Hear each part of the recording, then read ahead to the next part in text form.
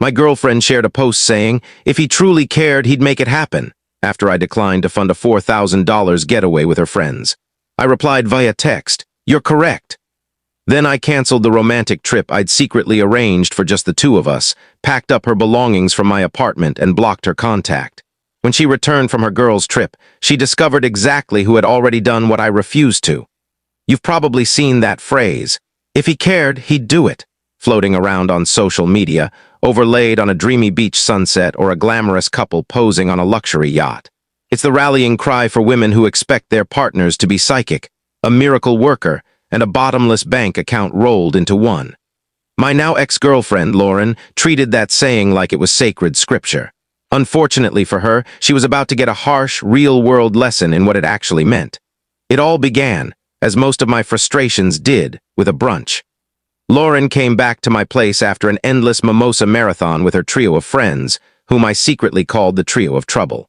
She had that gleam in her eyes, the one that signaled she'd been scrolling Instagram and decided her life wasn't glamorous enough, and that I was the one tasked with fixing it. She plopped onto the sofa beside me, phone in hand. "Honey, you won't believe what Jessica's doing for her birthday," she said, already flashing me a photo of a pristine beach in Tulum, Mexico. "She's treating everyone to a week-long, all-inclusive trip," she declared, as if this was the most generous act since the dawn of philanthropy. "I run a modest engineering company. I'm doing all right financially, comfortable but not reckless. I own my home, not rent it, and drive a dependable car that's fully paid for. My idea of fun is a weekend hiking in the mountains, not shelling out thousands for a trip built for social media clout." "That's generous of her," I said, turning back to the football game on TV. "Well," she said, stretching the word out, "here's the deal. Her boyfriend's covering her share, but the rest of us need to pay our own way. It's only about $4,000. Only." The word lingered heavily between us. I looked at her. She had that rehearsed, doe-eyed expression that usually got her what she wanted. "Lauren, $4,000 is a lot for a trip with your friends," I said calmly. "But it's Jessica's birthday," she countered as if it were a global holiday. "And we never go anywhere exciting." That was a blatant exaggeration. We traveled plenty to places I found meaningful, not just spots curated for Instagram aesthetics. But the real bombshell, I'd already booked a surprise anniversary trip for just the two of us. 10 days in a serene, picturesque part of northern Italy, a lakeside retreat, amazing cuisine, scenic drives, the works. It cost way more than $4,000, but it was an investment in us, or so I thought.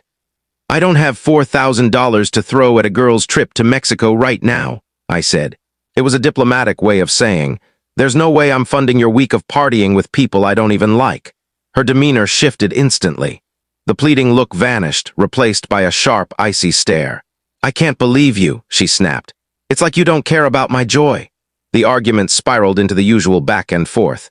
It ended with her storming off to the bedroom, slamming the door behind her. I sighed, turned up the TV, and figured she'd cool off in a day or two. I was mistaken.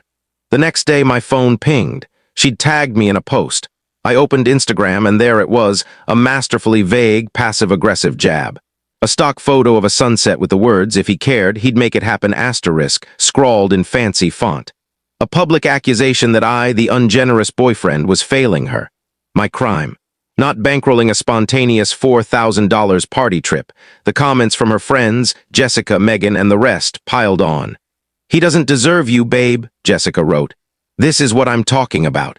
"Value yourself," Megan added. They were publicly dragging me for being financially prudent. I stared at the screen, and instead of anger, a strange clarity hit me. It was like a tricky engineering puzzle suddenly clicked into place. The goal was obvious, the variables aligned. I screenshotted her post, sent it to her with a simple reply, "You're correct." Then I silenced my phone. She thought she was playing a clever game of emotional manipulation, trying to guilt me into funding her trip. She didn't realize I'd just upended the entire chessboard. She was about to learn what it truly meant when a man wanted to do something, and what happens when he absolutely didn't. Update 1 it's been a week since my last post, and my apartment feels lighter, both cleaner and about 150 pounds freer. Thanks for the support and the wickedly funny comments. Some of you are savage, and I'm here for it. After sending Lauren that "You're correct" text, my phone stayed silent for exactly 11 minutes. I'm guessing that's how long it took her and her friends to dissect my message. Then came the deluge, texts demanding, "What's that supposed to mean? Are you for real? Stop acting like a child." Calls followed, which I ignored. I was occupied with a project. First, I called the travel agency that had booked our Italy trip. I explained the situation to the agent, a kind woman named Carla who'd been thrilled about the plans. "Carla," I said, "bad news. My girlfriend has an urgent brunch commitment, so the Italy trip is off." She was puzzled but professional. There was a steep cancellation fee, which I accepted as the price of my own naivety. Still, I got a decent chunk of money back. Phase 2 kicked off right away. I hired a moving service that specializes in discreet relocations, a polite way of saying they pack up your ex's stuff for you. While Lauren was at work, 2 movers arrived with a stack of boxes. It was like an excavation of our relationship. The sheer volume of her things was mind-boggling: clothes, shoes, makeup, and an army of decorative pillows you couldn't actually sit on. They packed it all: every hairpin, every overpriced moisturizer, every live, laugh, love plaque. I oversaw the process, ensuring they didn't accidentally take my coffee mug or my self-respect. Her stuff went to a climate-controlled storage unit. I covered the first month's rent and had the key and access code mailed to Jessica's address, along with a check refunding the deposit Lauren had paid for my apartment. I included a brief note.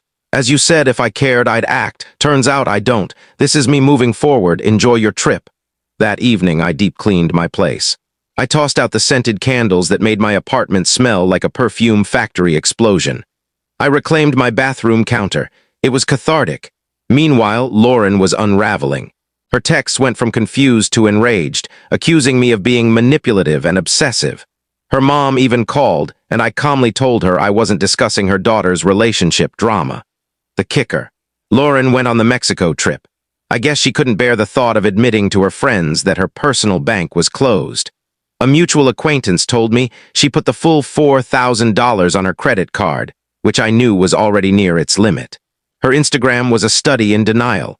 Photos of margaritas on the beach, videos of her and her friends giggling, all captioned with empowerment quotes about self-worth and never settling. It was like watching someone fight a wildfire with a squirt gun. While she was busy curating her fake paradise, I was redirecting my resources. My younger sister, Emma, is a talented graphic designer struggling to get her freelance career off the ground. She's been working on a sluggish, outdated laptop with old software, taking low-paying gigs to survive. She's the opposite of Lauren, dedicated, grounded, and passionate about her craft. She'd been saving for a new computer and professional software, but it was a slow grind. The total cost? About $5,000, so I took the refunded Italy trip money, added a bit more, and went shopping. I got her a top-tier laptop, a large professional monitor, a year-long subscription to Adobe Creative Cloud, and a high-end drawing tablet. I had it delivered to her apartment without warning. An hour after it arrived, she called me, crying happy tears. She was floored, asking what she'd done to earn it. "You earned it by working hard," I told her.